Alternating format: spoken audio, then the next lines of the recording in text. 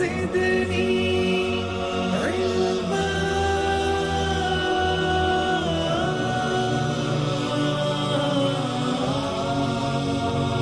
رب زدني علما.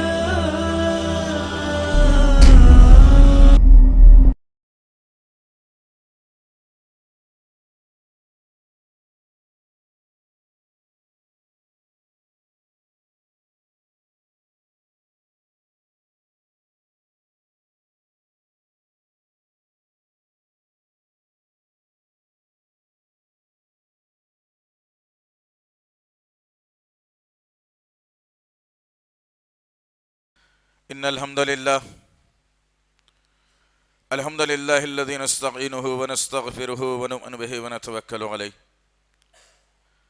ونعوذ بالله من شرور أنفسنا ومن سيئات أعمالنا من يهدي الله فلا مضل له ومن يضلل فلا هادي له وأشهد أن لا إله إلا الله وأشهد أن محمدا عبده ورسوله أما بعد فإن خير الحديث كتاب الله وخير الحديث حديث محمد صلى الله عليه وسلم وشر الأمور محدثاتها وكل محدثة بدعة وكل بدعة ضلالة وكل ضلالة في النار.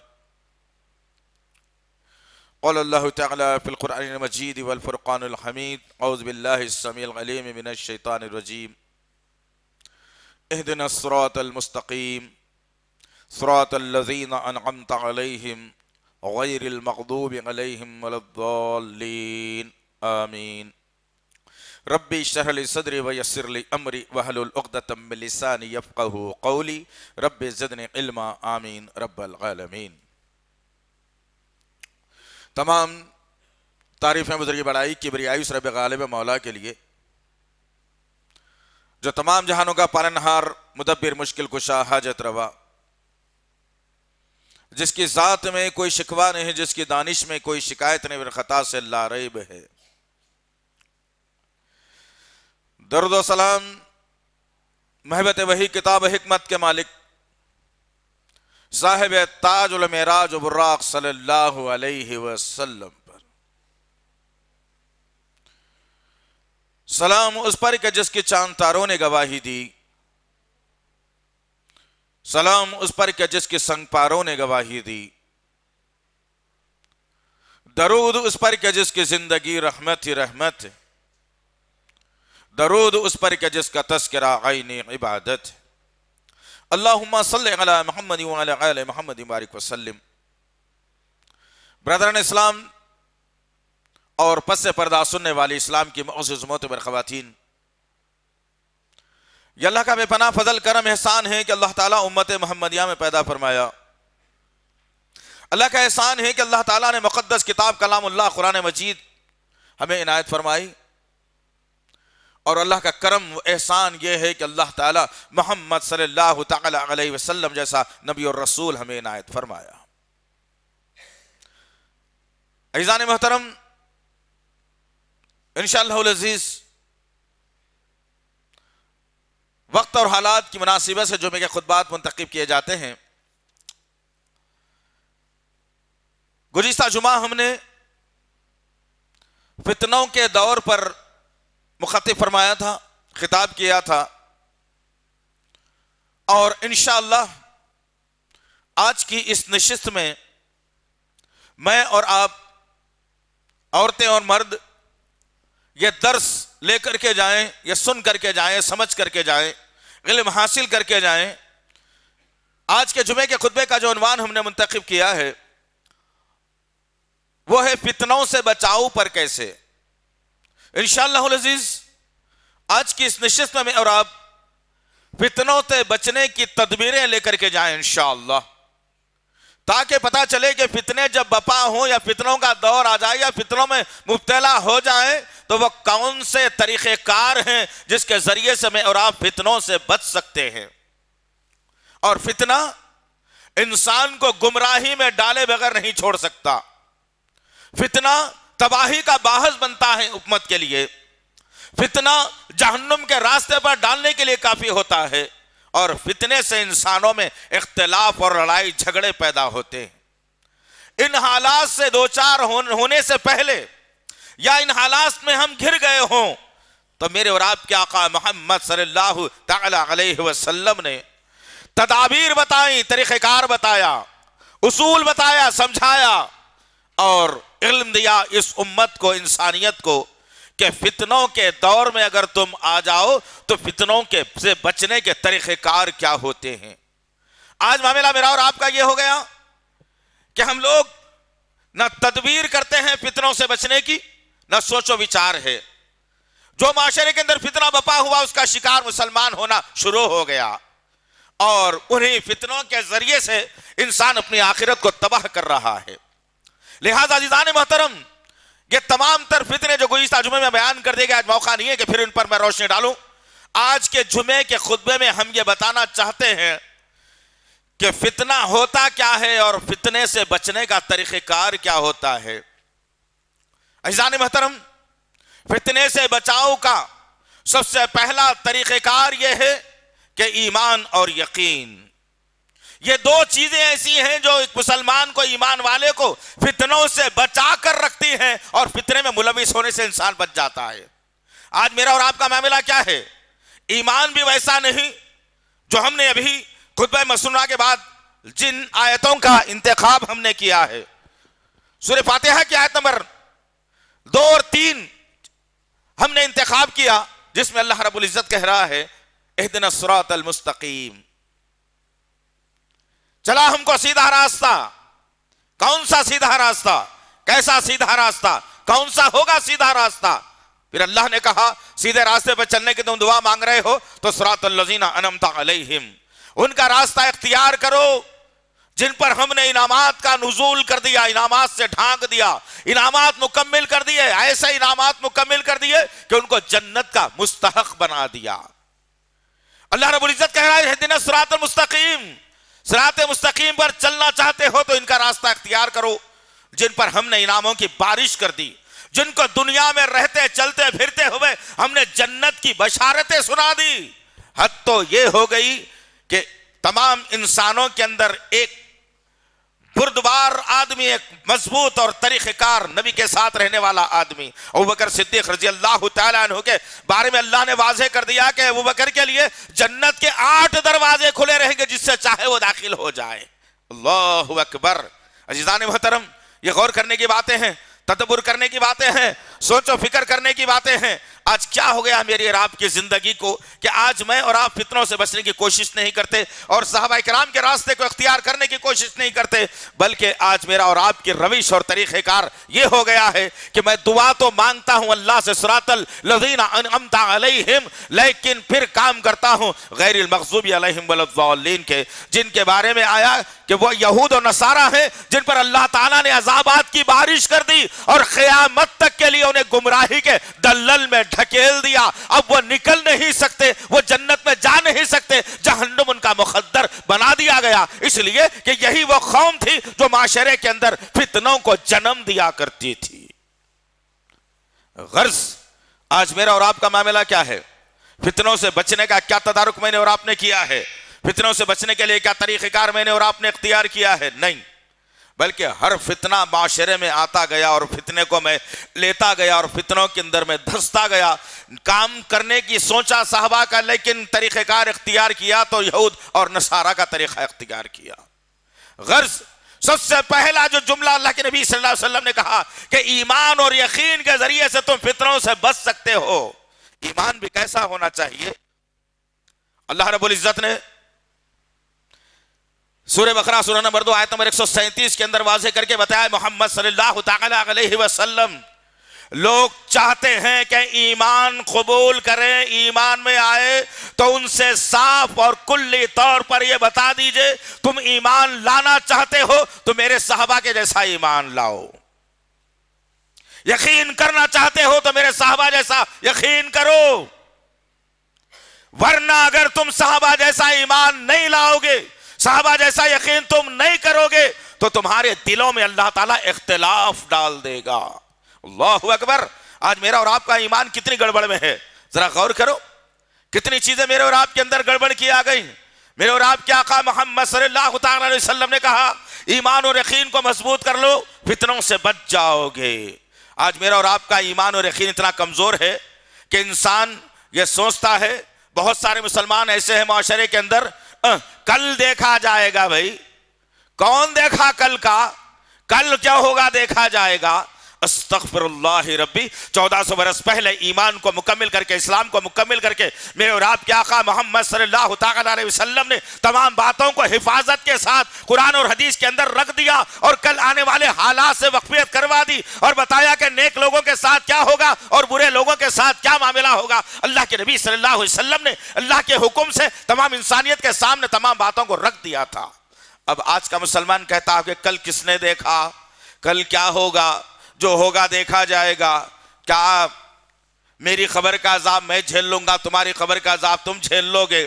ایسے جملے مسلمانوں کے پاس کفریہ آ گیا کہ ایمان اور یقین خطرے میں پڑ گیا. آؤ ایمان اور یقین کے ساتھ کی بات میرے اور آپ کے آقا محمد صلی اللہ علیہ وسلم نے بتایا کہ فتنوں سے کیسے بچا جا سکتا ہے. اللہ کے نبی صلی اللہ علیہ وسلم کہتے ہیں کہ ایک آدمی کو قبر میں دفنا دیا گیا جو دنیا میں چلتا اور پھرتا تو عین قرآن و حدیث کے مطابق جس کی زندگی گزرتی تھی.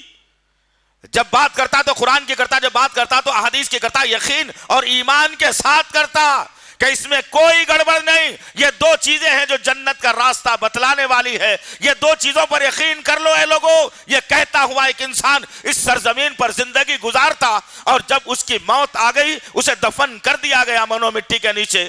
اب آگئے منکر اور نکیر. سوالات کے لیے پہلا سوال کر لیا گیا, تیرا رب کون ہے؟ وہ کہے گا میرا رب اللہ ہے.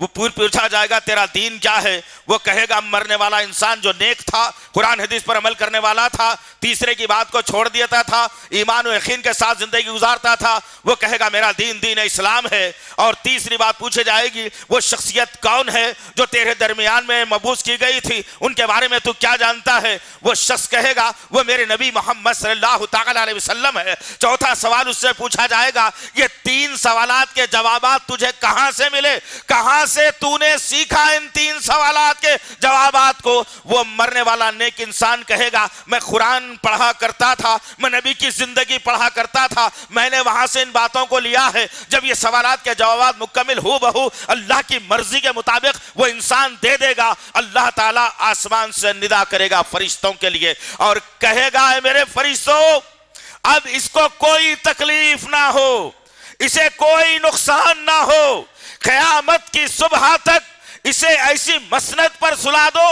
جیسے دلہن ایک نرم بستر پر سوتی ہے, پھولوں کی سیج ہوتی ہے, خوشبو سے معطر ہوتی ہے, ایسی سیج اس کے لیے سجا دو اور جنت کی کھڑکیاں اس کی خبر میں کھول دو. اور مرنے والے انسان سے کہا جاتا ہے جدھر بھی تم نظر کو گھماؤ گے تمہاری خبر کو اتنی بڑی کر دیا جائے گا. اب آرام کے ساتھ سکون کے ساتھ تم اپنی زندگی جو بھی اللہ نے دی ہے گزارو اور قیامت کے دن تمہیں اٹھایا جانے والا ہے. یہ یقین اور عمل کی زندگی جو کیا کرتا تھا, ایمان اور یقین کے ساتھ جو زندگی گزارتا تھا. ایک اور انسان کے متعلق اللہ کے نبی نے کہا جو دنیا میں چلتا اور پھرتا ضرور تھا, قرآن اور حدیث کو چھوڑ چکا تھا, لوگوں کی باتیں سنا کرتا تھا. کسی عالم نے کہہ دیا کہ اللہ ایسا ہے تو مان لیا, کسی نے کہا کہ رسول ایسا ہے تو مان لیا, کسی نے کہا کہ اسلام ایسا ہے تو مان لیا. قرآن اور حدیث کو پڑھ نہیں سکا, قرآن اور حدیث پر یقین کر نہیں سکا, قرآن اور حدیث پر مکمل ایمان لا نہیں سکا. ایک برائے نام کا مسلمان بن کر جی رہا تھا. ایسے شخص کے بارے میں میرے اور آپ کے آقا محمد صلی اللہ علیہ وسلم فرماتے ہیں جب اسے خبر میں دفنا دیا جائے گا, جب خبر میں دفنا دیا جائے گا منکر نکیر حاضر ہوں گے اور سوال کیا جائے گا بتا تیرا رب کون ہے؟ وہ کہے گا ہاں مجھے نہیں معلوم کون ہے میرا رب. اللہ اکبر. میں لوگوں سے سنا کرتا تھا کہ میرا رب اللہ ہے, میں نے بھی مانا. اللہ اکبر. دوسرا سوال دے گا وہ آدمی, سوال کا جواب دے گا وہ آدمی, پوچھا جائے گا تیرا دین کیا ہے؟ وہ کہے گا ہاں مجھے نہیں معلوم میرا دین کیا ہے, لوگوں سے سنا کرتا تھا کہ میرا دین دین اسلام ہے, میں نے بھی مانا کہ میرا دین دین اسلام ہے. تیسرا سوال ہوگا درمیان میں ایک شخصیت کو مبعوث کیا گیا، اس کے بارے میں کیا جانتا ہے؟ پھر وہ جواب دے گا ہاں لا ادری، میں نہیں جانتا وہ کون ہے، لوگوں سے سنا کرتا تھا کہ وہ میرے نبی ہے، میں نے بھی ان پر ایمان لایا۔ اللہ اکبر! جب یہ لوگوں سے سنا کرتا تھا اور لوگوں کی باتوں پر یقین کرتا تھا، اللہ اس کے رسول کے کلام کو چھوڑ دیا کرتا تھا، اس کو کبھی پڑھتا نہیں تھا، اس پر کبھی مکمل یقین نہیں کیا تھا، ایسے شخص کے متعلق کہا گیا اللہ تعالیٰ بڑا غضبناک ہوگا اور فرشتوں سے کہے گا اس کی خبر کو دباؤ دونوں بازوؤں سے خبر دبتی چلی جائے گی زمین۔ اللہ کے نبی نے کہا اس کی پسلیاں ایسے انگلیوں سے انگلیاں جیسے ملتی ہیں ویسے مل جائیں گی، اس لیے کہ اس نے دنیا میں ایمان و یقین کے ساتھ زندگی نہیں گزاری، لوگوں سے سنتا گیا یقین کرتا گیا، لوگوں سے سنتا گیا یقین کرتا گیا، خود قرآن نہیں پڑھا، خود نبی کی سیرت نہیں پڑھی، خود احادیث نہیں پڑھا، پڑھ کر یقین اور ایمان لاتا تو کامیابی مل جاتی۔ آج یہ فتنہ بھی میرے اور آپ کے درمیان میں آ گیا ہے۔ آج امت کا بہت بڑا طبقہ ایسا ہے جس کو ہزاروں کی تعداد میں جمع تو کیا جاتا ہے، عاشقان رسول کے نعرے لگائے تو جاتے ہیں، اسلام زندہ باد کہا تو جاتا ہے، لیکن جب وہ لوگ سن کر وہاں سے اٹھ جاتے ہیں اور ان سے جب قرآن کے بارے میں سوال کیا جاتا ہے وہ کہتے ہیں کہ ہمیں تو نہیں معلوم، مولانا نے جو کہہ دیا ہے وہ ہم نے مان لیا۔ ایسے لوگ بچنا چاہیے، ایسے لوگوں کو بچنا چاہیے، بڑے فتنے میں گھر جاؤ گے، یاد رکھ لینا۔ فتنے کا تدارک، فتنوں سے بچاؤ کا طریقہ میرے اور آپ کے آقا نے بتا دیا کہ ایمان و یقین رکھو، ایمان رکھو کہ اللہ تعالی برحق ہے، ایمان رکھو کہ قرآن برحق کتاب ہے، ایمان رکھو کہ نبی برحق ہے، ایمان رکھو کہ میرا دین اسلام برحق ہے، میں ایمان تمام تر نکات پر لاتا ہوں۔ یقین رکھو کہ آج جی رہا ہوں کل مروں گا اور کل مرنے کے بعد قبر میں دفنا دیا جائے گا، فرشتے آئیں گے سوال کریں گے، کیا ان کے سوالات کے جوابات میں ہو بہو دے سکوں گا یا نہیں، یہ یقین بنا لو اپنا انشاءاللہ۔ آج ہمارا معاملہ ادھورا ہے، آج میرا اور آپ کا معاملہ بڑا عجیب سا ہے۔ اب ہو یہ گیا ہے اور ایک یقین ہمارا جو ختم ہو گیا، جب کسی مسلمان کے سامنے احادیث بیان کی جاتی ہے، نبی کی سیرت بیان کی جاتی ہے، قرآن کی آیت پیش کی جاتی ہے، وہ آدمی کہتا ہے تمام تر باتوں کو سننے کے بعد کہ نہیں ہمارے امام نے یہ کہا ہے، نہیں ہمارے مسلک میں یہ ہے، نہیں ہمارا یقین اس پر ہے، نہیں ہم اس پر یقین کرتے ہیں۔ اللہ اور اس کے رسول کی بات آ جانے کے بعد کسی اور کی بات پر یقین کرنا ناکامی ہے، فتنے میں گھرنا ہے، عذاب قبر کو پکا کرنا ہے، جہنم کے اندر داخل ہونا ہے۔ آؤ اس صحابی کی میں بات کروں، عبداللہ ابن عباس رضی اللہ تعالی عنہ۔ کون ابن عباس رضی اللہ عنہ؟ اللہ کے نبی صلی اللہ علیہ وسلم کے چچیرے بھائی، جن کے متعلق اللہ کے نبی صلی اللہ علیہ وسلم نے اللہ سے دعا کی اور کہا کہ اے اللہ میرے اس بھائی کو قرآن کا بہترین فہم عطا کر دینا۔ اللہ اکبر! عبداللہ ابن عباس کے لیے دعا کی میرے آقا نے اور کہا کہ اسے بہترین قرآن کا محافظ بنا دینا اور قرآن کا بہترین علم دینا۔ اور سب سے پہلی تفسیر اگر لکھی گئی تو ابن عباس رضی اللہ تعالی عنہ نے لکھی قرآن کے خلاصے کے طور پر۔ آج بھی تفسیر آپ کو بازار میں ضرور ملے گی، عربی سے اردو میں ترجمہ ہو کر بازار میں آ چکا ہے انشاءاللہ۔ لائیے اپنے گھروں کی زینت بنائیے۔ عبداللہ ابن عباس رضی اللہ تعالیٰ عنہ کے سامنے ایک آدمی آیا اور کہنے لگا اے شیخ، اے سید، میں نے سنا ہے کہ ابوبکر صدیق نے فلانے مسئلے کے اوپر یہ بات بتائی ہے۔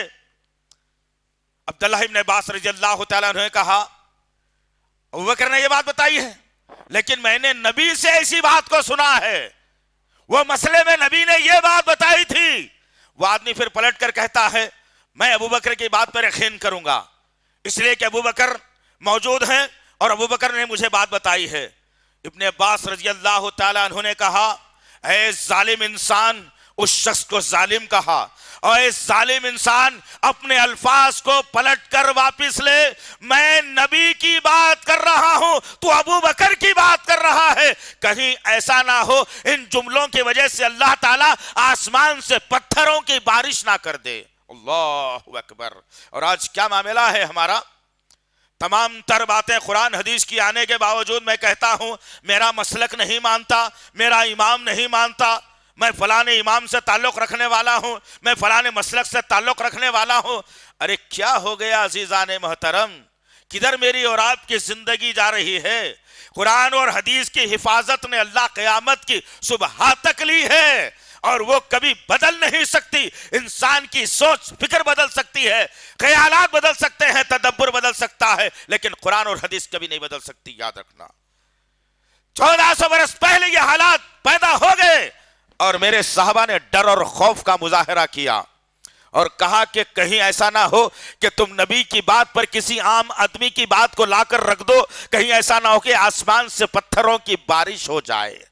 ذرا غور کرو آج کیا معاملہ ہے میرا اور آپ کا. کیا میں فتنے سے بچنا چاہ رہا ہوں؟ نہیں عزیزان محترم، فتنوں میں گھر چکی ہے یہ امت. اس امت کو مجھے اور آپ کو مل کر بچانا ہے. ہر مسلمان کی ذمہ داری بنتی ہے کہ ہم فتنوں سے کیسے مسلمانوں کو بچا سکتے ہیں.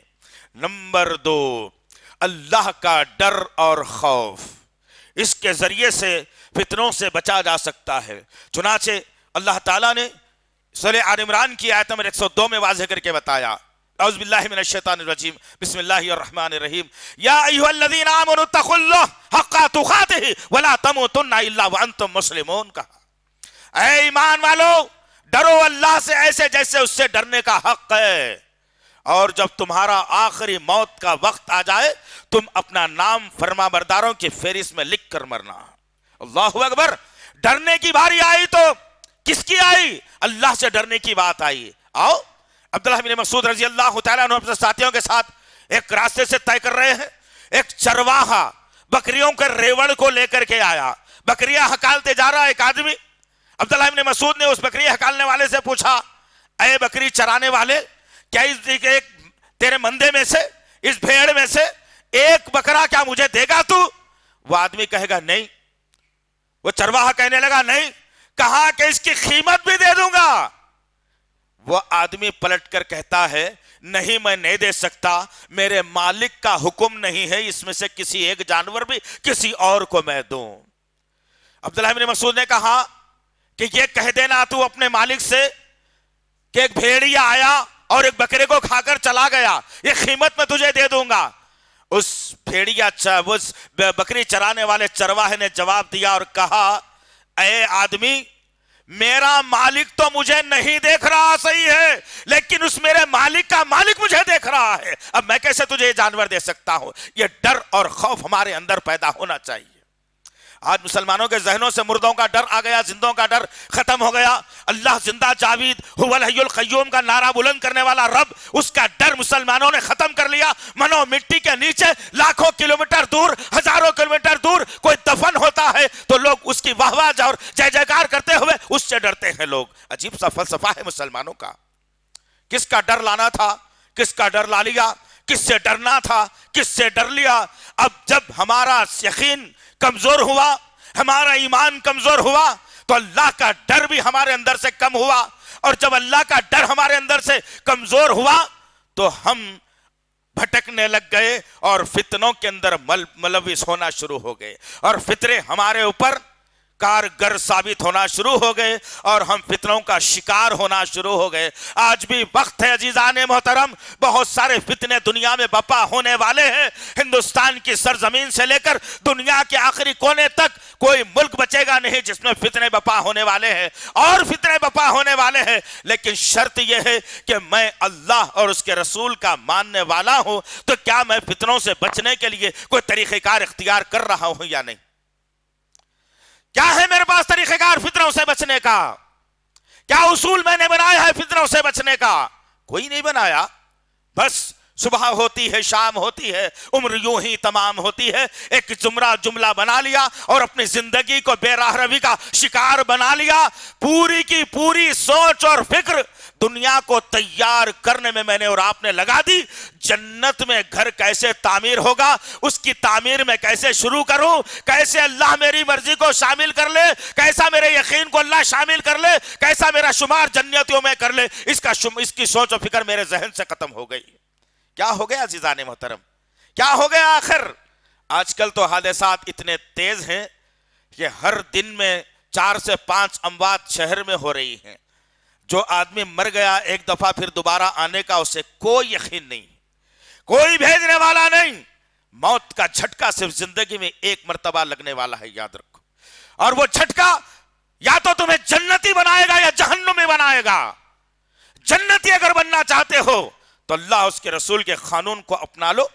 یہ مسلکی دعوے داری سے باز آ جاؤ، یہ خبر پرستی کے نظام سے باز آ جاؤ، یہ جھنڈا پیر پرستی کے نظام سے باز آ جاؤ، اور اپنے آپ کو خالصتاً اللہ اور اس کے رسول کا علم بردار بنا لو.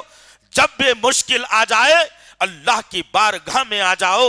اللہ کے رسول صلی اللہ علیہ وسلم نے فتنوں سے بچنے کا تیسرا طریقہ کار یہ بتایا کہ اللہ کا ذکر کثرت سے کیا کرو. اللہ کو یاد کثرت سے کیا کرو. اللہ کا ذکر ہی تمہیں ہر فتنے سے بچا سکتا ہے. میرے اور آپ کے آقا نے مثال دے کر کے بتائی اور کہا کہ یونس علیہ السلام میرا بھائی جب سمندر میں ڈھکیل دیا گیا، 3 اندھیروں میں آ گیا میرا نبی. ایک مچھلی کے پیٹ کا اندھیرا، ایک سمندر کے پانی کا اندھیرا، ایک رات کا اندھیرا. ان 3 اندھیروں میں یونس علیہ السلام گر گئے، ایک فتنے میں آ گئے یونس علیہ السلام. اور پھر کچھ وقفہ گزرا، کچھ دن سال گزرے.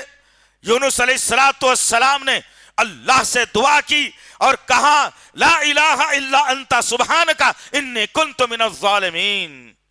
اللہ میں ظالموں میں سے ہوں، اللہ مجھے بچا لے، تو پاک ہے میرے پاک پروردگار، نہیں ہے کوئی معبود تیرے سوا، میں ظالموں میں سے ہوں. اقرار کیا میں غلطی کیا، میں ندامت اختیار کرتا ہوں.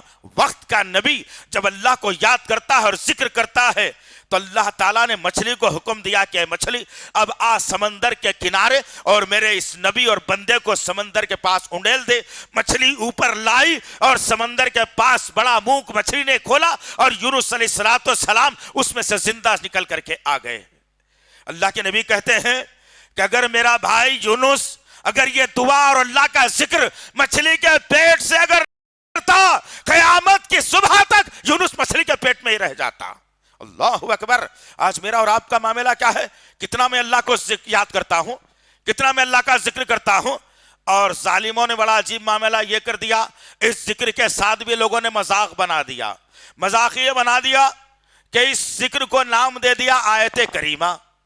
اور عجیب سا مسئلہ ہے، یونس علیہ السلام پریشانی میں تھے، پریشانی سے نکلنے کے لیے دعا کی تو اللہ نے اس دعا کی برکت سے یونس علیہ السلام کو آزادی دی، خوشی دی. اور ادھر اب تک پرانے گھر میں کرائے کے گھر میں تھے، نیا گھر بن گیا. اللہ نے خوشی دے دی، اللہ نے نعمت سے نواز دیا، اللہ نے بچی کا رشتہ کروا دیا، اللہ نے باہر جانے کا انتظام کروا دیا، اللہ نے دولت کا انتظام کروا دیا، اللہ نے گھر کا انتظام کر دیا. اب یہ بندہ بیٹھ کر کے کہہ رہا ہے کہ اللہ تو پاک ہے، میں ظالموں میں سے ہوں، تیرے ساتھ کیا ظلم ہوا بیوقوف؟ ارے سوچ تو صحیح کم سے کم. اس ذکر کا بھی مذاق بنا دیا لوگوں نے. اور جب اللہ خوشی دے رہا ہے، جب کہہ رہا ہے کہ میں ظالموں میں سے ہوں، استغفر اللہ ربی من کل ذنب واتوب الیہ. بچنا چاہیے عزیزان محترم، بچنا چاہیے کہ میں اور آپ اللہ کا ذکر چلتے اور فطرے کرنا چاہیے. سورہ احزاب میں اللہ تعالیٰ نے یہی کہا یا ایھا الذین آمنوا اذکروا اللہ ذکرا کثیرا. اے ایمان والو اللہ کا ذکر کثرت سے کیا کرو، چلتے پھرتے اٹھتے بیٹھتے کیا کرو. چوتھی بات اللہ کے نبی صلی اللہ علیہ وسلم نے بتائی کہ فتنوں سے بچاؤ کا تمہارے پاس طریقہ کار کیا ہے. اللہ کے نبی نے کہا توبہ اور استغفار کثرت سے کیا کرو، فتنوں سے بچ جاؤ گے. توبہ اور استغفار. آج میرے پاس کیا معاملہ ہے؟ استغفار استغفار استغفار. ارے یہ ایک دعا کا نام ہے استغفار، پڑھنا کیا ہے امت کو نہیں معلوم. استغفر اللہ الذی لا الہ الا هو الحی القیوم واتوب الیہ. استغفر اللہ رب من کل ذنب واتوب الیہ. یہ پڑھنا چاہیے. اور میرے اور آپ کے آقا محمد صلی اللہ علیہ وسلم، کون محمد صلی اللہ علیہ وسلم؟ جن پر اللہ نے وحی کی اور نبی بنا دیا؟ کون؟ محمد صلی اللہ علیہ وسلم، جن کو اللہ نے تمام کائناتوں کے لیے رحمت بنا دیا۔ کون؟ محمد صلی اللہ علیہ وسلم، جس کو اللہ نے شافع محشر بنا دیا۔ کون؟ محمد صلی اللہ علیہ وسلم، جس کو اللہ نے مالک حوض کوثر بنا دیا۔ کون؟ محمد صلی اللہ علیہ وسلم، جس کو اللہ نے محسن انسانیت بنا دیا۔ کون؟ محمد صلی اللہ علیہ وسلم، جس پر اللہ نے ایمان اور اسلام کو مکمل کر دیا۔ اور سورہ فتح میں کہا، اے محمد صلی اللہ علیہ وسلم، ہم نے آپ کے اگلے اور پچھلے دونوں گناہوں کو معاف کر دیا ہے۔ آپ دنیا میں کوئی غلطی کر ہی نہیں سکتے، آپ سے کوئی گناہ ہو ہی نہیں سکتا، آپ پاک ہے، آپ معصوم عن الخطا ہے۔ اللہ کے نبی کے متعلق اللہ نے اعلان کر دیا، اور وہ میرا نبی محمد صلی اللہ علیہ وسلم کہتے ہیں کہ اے لوگو، میں دن میں 100 سے زیادہ مرتبہ استغفر اللہ پڑھتا ہوں۔ جن کے سارے گناہ معاف، جن کو نبی بنا دیا، جن کو اللہ نے رحمت العالمین بنا دیا، جن کو امام الانبیاء بنا دیا، محسن انسانیت بنا دیا، جن کو شافع محشر بنا دیا، وہ نبی کہہ رہے ہیں کہ میں دن میں 100 سے زیادہ مرتبہ استغفر اللہ پڑھتا ہوں۔ ذرا میں اور آپ اپنے ٹھنڈے دل پر ہاتھ رکھ کر گریبان میں منہ ڈال کر سوچو، کیا ایک دن میں کبھی 100 مرتبہ پڑھنے کی کوشش کی ہے؟ جبکہ میری زندگی کا کوئی بھروسہ نہیں ہے، میری زندگی جنتی بنے گی کیا کوئی یقین بھی نہیں ہے، میری زندگی جنت میں جائے گی کوئی اس کا بھروسہ بھی نہیں ہے۔ اس کے باوجود آج کیا میں استغفار پڑھتا ہوں؟ کیا میں استغفر اللہ پڑھتا ہوں؟ نہیں پڑھتا عزیزان محترم، اس لیے کہ مجھے فرصت کہاں ہے روپیہ کمانے سے، بلڈنگیں بنانے سے، اچھا کھانے سے، ولیموں میں ناچنے سے، جوڑے کی رقم لینے سے، گمراہی میں جانے سے، جیو سے پیچھا چھوٹا تو کریں گے نا سارے کام۔ یہ جیو کی غلام بن گئی ہے دنیا، اور آج اسی کی غلام بن کر کے اللہ کی ذات سے منہ موڑ رہی ہے دنیا، اور ہم نے اس فتنے کو ہوا دی، اور یہ فتنہ میرے گھروں میں داخل ہو گیا۔ استغفر اللہ کثرت سے پڑھیے، فائدے بہت ہیں اس کے۔ ایک آدمی امام احمد بن حنبل رحمت اللہ علیہ کے پاس آیا اور کہنے لگا کہ میں بڑا پریشان ہوں، کھانے کے لالے ہیں، کچھ نہیں ہے، بچا ہوا، بالکل پریشانی کے عالم میں ہوں۔ امام احمد بن حنبل رحمت اللہ علیہ نے کہا جاؤ استغفر اللہ پڑھو۔ وہ آدمی چلا گیا۔ دوسرا آدمی آیا، کہنے لگا میرا نکاح ہوا، بیوی ہے، لیکن اولاد نہیں ہوتی، بڑا پریشان ہوں، اولاد کی محبت میں آنسو بہاتا ہوں کہ اللہ ایک کم سے کم اولاد مجھے دے دے۔ امام احمد بن حنبل رحمت اللہ علیہ نے کہا جاؤ استغفر اللہ پڑھو۔ دوسرا آدمی چلا گیا۔ تیسرا آدمی آیا، بولا کہ کافی بیمار ہوں، پریشانی چھوڑتی نہیں ہے، بیماری، بڑی بیماریوں میں ملوث ہو گیا ہوں، کہا گیا استغفر اللہ پڑھو۔ وہ تیسرا آدمی بھی چلا گیا۔ جو بیٹھنے والے شاگردین تھے انہوں نے کہا شیخ، پہلا آدمی آیا روزگار کے لیے، استغفر اللہ کہا، دوسرا آدمی آیا اولاد کے لیے، استغفر اللہ کہا، تیسرا آدمی آیا بیماری کے لیے، اسے بھی استغفر اللہ کہا۔ امام احمد بن حنبل رحمت اللہ علیہ نے کہا تم کیا جانتے ہو استغفر اللہ کی کنجیاں؟ جو یہ پڑھ لیتا ہے اللہ غربت سے نکال کر مالدار بنا دیتا ہے، جو بیمار ہوتا ہے شفا دیتا ہے، جو لا ولد ہوتا ہے اسے اولاد سے نواز دیتا ہے۔ یقین ہے ہمارے کو اس کا؟ پڑھتے ہیں ہم۔ اب جب کوئی آدمی ہمارے پاس آتا ہے اور پوچھتا ہے بھائی ایسے ایسے حالات چل رہے ہیں، بولو کوئی ذکر بتاؤ پڑھنے کا کیا ہے، تو ہم نے بھی ہمارے امام کے اس قول کو اختیار کیا اور کہا کہ جاؤ استغفر اللہ پڑھو۔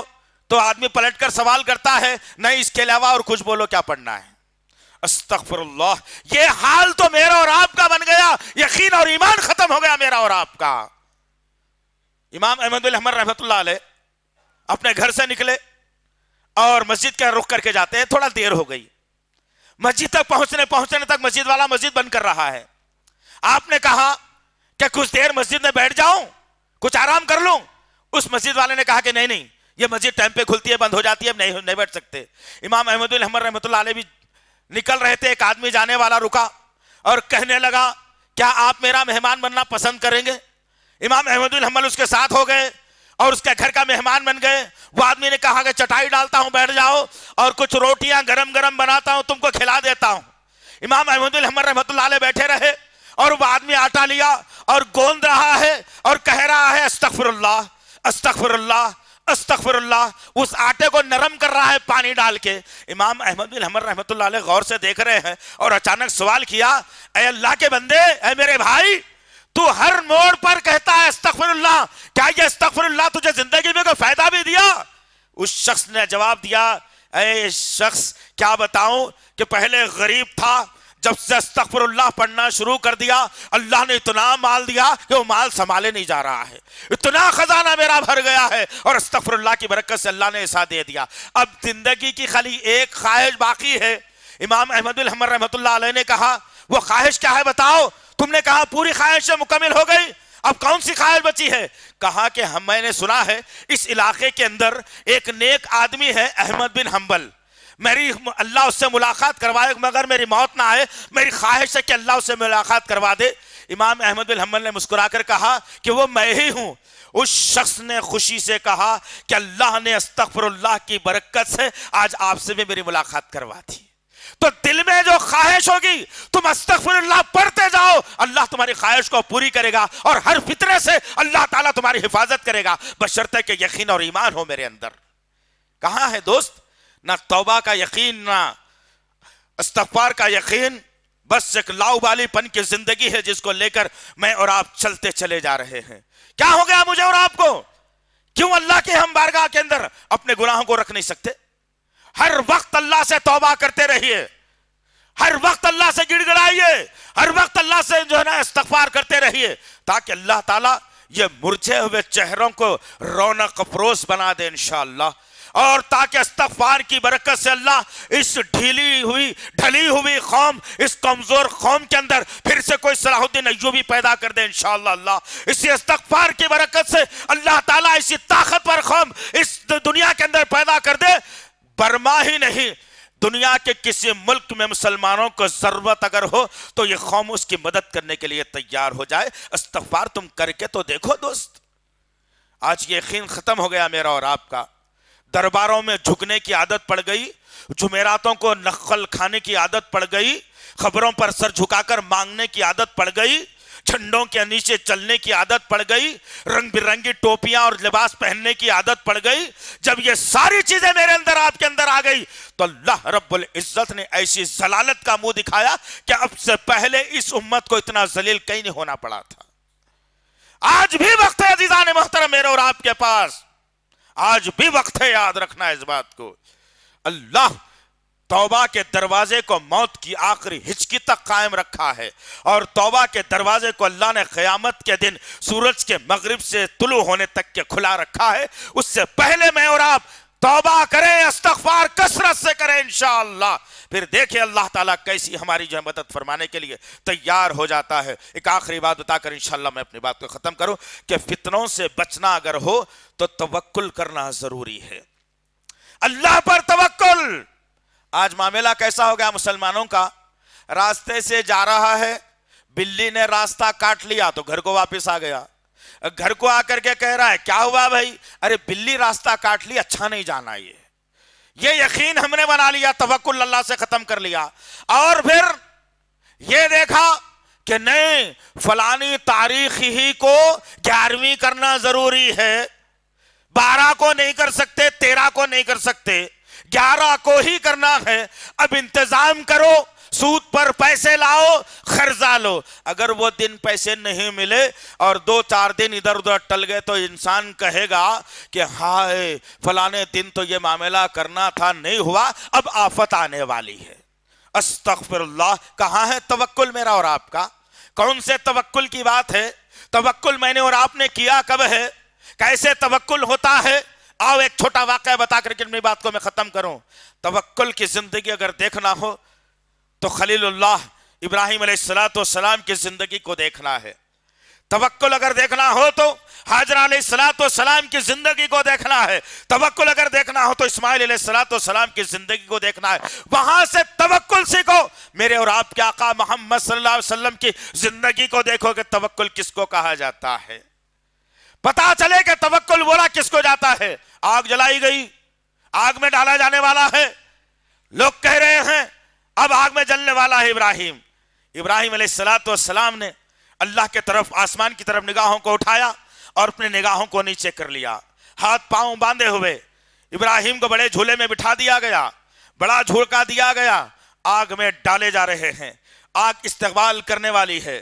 راستے میں فرشتہ آ گیا، کہنے لگا ابراہیم اس آگ میں گرنے سے پہلے ٹھنڈی کر دو، اجازت دے۔ کہا کہ نہیں، رب میرا میرے لیے کافی ہے۔ یہ توکل ہوتا ہے، یہ توکل ہوتا ہے کہ رب کی ذات پر یقین کر لیا جائے۔ ابراہیم علیہ السلام آگ میں ڈالے گئے، آگ کو حکم دیا گیا صرف بنی ہوئی رسیوں کو جلانا، جسم کو نہیں۔ رسیاں جلی، ابراہیم علیہ السلام کھڑے ہوئے، نعرہ بلند کیا، حسبی اللہ نعم الوکیل، کہا میرا اللہ میرے لیے کافی ہے، نعم المولا و نعم النصیر، وہ میری مدد کے لیے کافی ہے، میں کسی مدد لینا نہیں چاہتا۔ یہ یقین ہونا چاہیے، یہ توکل ہونا چاہیے۔ آج ہم ذرا سی بات پر پریشان ہو جاتے ہیں۔ 6 مہینے تجارت اچھی چلی، 7ویں مہینے میں ذرا تجارت میں کچھ گڑبڑ ہو گئی تو انسان سوچنے پر آمادہ ہوتا ہے کہ ہائے کیا معاملہ ہو گیا، ایسی میں نے کیا غلطی کر دی کہ 6 مہینے سے اچھا چل رہا تھا، 7ویں مہینے میں نقصان ہو رہا ہے، آخر ماجرا کیا ہے؟ ارے ہونے دے یار، سوچ تو صحیح اللہ کی کیا مصلحت ہے اس کے اندر۔ دعا کر اللہ سے، گڑ گڑا اللہ سے، نوافل کا اہتمام کر، قرآن کی تلاوت کر، ذکر اللہ کو اپنی زبان پر سجا لے، استغفر اللہ کو کثرت سے کر لے، پھر دیکھ اللہ تعالیٰ اس توکل کے ذریعے سے ایسا مال تیری دکان میں بھر دے گا، ایسا مال تیرے گھر میں بھر دے گا، تو یہ یقین بھی نہیں ہوگا کہ وہ مال اللہ نے کیسے تیرے گھر میں پہنچا دیا۔ یقین تو کرو، توکل تو کرو، اپنے آپ کو ڈھال لو اللہ اور اس کے رسول کے راستے میں۔ کل قیامت کے دن یہی توکل ہمارا کام آنے والا ہے۔ میری ماں بہنوں کے لیے بھی ایک نصیحت ہے کہ توکل ان کے پاس سے بھی کم ہوتا نظر آتا ہے۔ جب کبھی پریشانی میں آ جاتی ہے تو واویلا کر لیتی ہے، گریبان چاک کرتی ہیں، بال نوچتی ہیں، پریشان ہوتی ہیں، الفاظ غلط اختیار کرتی ہیں۔ اور توکل کا معاملہ اگر دیکھنا ہو تو حضرت ہاجرہ علیہ السلام کو ابراہیم علیہ السلام ایسی وادی میں چھوڑے جا رہے ہیں جہاں کوئی رہنے والا نہیں، ایسی وادی میں چھوڑے جا رہے ہیں جہاں پانی پینے کے لیے نہیں، ایسی وادی میں چھوڑے جا رہے ہیں جہاں کھانے کے لیے نہیں، جہاں ایسی وادی میں چھوڑے جا رہے ہیں جہاں چھت بھی نہیں ہے۔ ایسی وادی میں ہاجرہ علیہ السلام کو اللہ تعالیٰ نے چھوڑنے کا حکم دیا، اور جب ہاجرہ علیہ السلام کو چھوڑا گیا اور پھر ہاجرہ علیہ السلام اور اسماعیل علیہ السلام، معصوم سا بچہ ایک بوڑھی عورت کے گود میں رکھا ہوا ہے، ابراہیم علیہ السلام چھوڑتے ہیں اور پلٹ کر جا رہے ہیں۔ اس بیوی نے فرما برداری سے پوچھا، اے سرتاج کیا ماجرا ہے؟ یہاں تو کوئی نہیں، رہنے والا بھی نہیں، کوئی پوچھنے والا بھی نہیں، کس کے سہارے چھوڑے جا رہے ہو؟ کوئی کھانے پینے کی چیز بھی تو نہیں ہے، جو دیا ہے بڑا مختصر ہے، کب ختم ہوگا نہیں معلوم۔ ابراہیم علیہ السلام نے کہا، ہے میری بیوی تجھے اللہ کے بھروسے چھوڑے جا رہا ہوں۔ بیوی نے کہا اب میں اللہ پر مکمل بھروسہ کر لیا، جب اس نے کہا ہے چھوڑنے کے لیے میں اسی کی ذات پر جیوں یا مروں، تم چھوڑ کر جاؤ، کوئی مجھے فکر کی بات نہیں ہے۔ یہ یقین میرا اور آپ کا ہونا ہے، یہ توکل میرا اور آپ کا ہونا ہے۔ میرے توکل میں، میرے یقین میں، میرے ایمان میں، میرے ذکر میں کمزوری آ گئی، جس کی بنیاد پر میں پریشان ہوا اور پریشان ہو کر دنیا کے دروں پر سر جھکاتا رہا، رب کا در خالی رہا، دنیا کے دروں پر بھٹکتا رہا، رب کا در بلاتا رہا۔ رب چاہتا ہے رات کے 2 بجے تو نیند میں سے اٹھ کر پکار، میرا خزانہ کھلا ہے، تجھے دینے کے لیے تیار ہوں۔ لیکن کیا میں نے کبھی پکارا ہے؟ کیا میں نے کبھی پکارا ہے؟ کیا میں نے کبھی گڑ گڑایا ہے؟ کیا میں نے سجدے میں جا کر اپنی غلطیوں کو رب کے سامنے رکھ کر آنکھوں سے آنسوؤں کو بہا کر اپنے رب کے سامنے غلطی کا احساس کیا ہے؟ نہیں۔ تن کر جینے کے عادی وہ ہے ہم لوگ، سینہ تان کر چلنے کے۔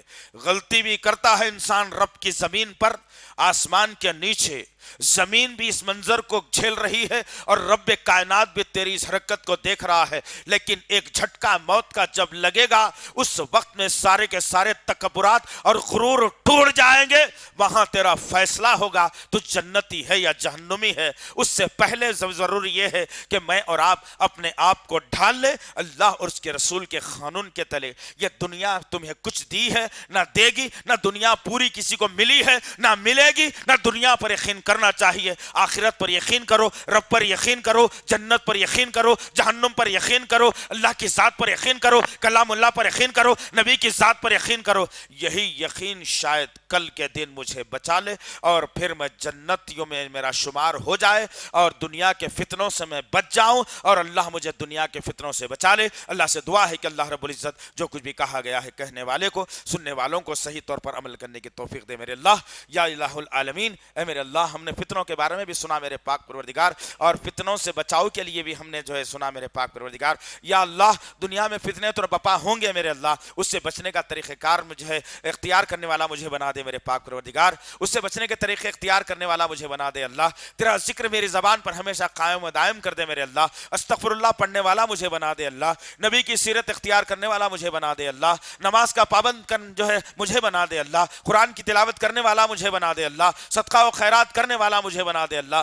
اے میرے غفور الرحیم یا رب حلیم، تو دعاؤں کا سننے والا ہے میرے پاک پروردگار، ہماری دعاؤں کو قبول فرما میرے پاک پروردگار، ہماری دعاؤں کو قبول فرما میرے پاک پروردگار، ہماری دعاؤں کو قبول فرما میرے پاک پروردگار۔ یا اللہ بے آرو مددگار روہنگیا مسلمانوں کی مدد فرما میرے پاک پروردگار، بے آرو مددگار روہنگیا مسلمانوں کی مدد فرما میرے پاک پروردگار۔ اے میرے غفور الرحیم ان بدھسٹوں کے قانون کو نیست و نابود کر دے میرے پاک پروردگار، جہاں کہیں طاقت اسلام کو میٹنے کے لیے یا مسلمانوں کے قتل کے لیے نکلے اللہ، ایسی سازشوں کو فنا و برباد کر دے میرے پاک پروردگار۔ یہ ملک ایک امن کا گہوارہ ہے میرے غفور الرحیم، اس ملک کی آزادی کے لیے ہمارے رہنماؤں نے، ہمارے علماؤں نے، ہماری ماؤں نے، ہمارے معصوموں نے اپنے خون کا نذرانہ دے کر ہندوستان کو انگریزوں کی غلامی سے نجات دی میرے پاک پروردگار۔ لیکن کچھ ظالم لوگ آج حکمران بنے بیٹھے ہیں اور کہتے ہیں کہ یہ ملک ہمارا ہے تمہارا نہیں۔ اے اللہ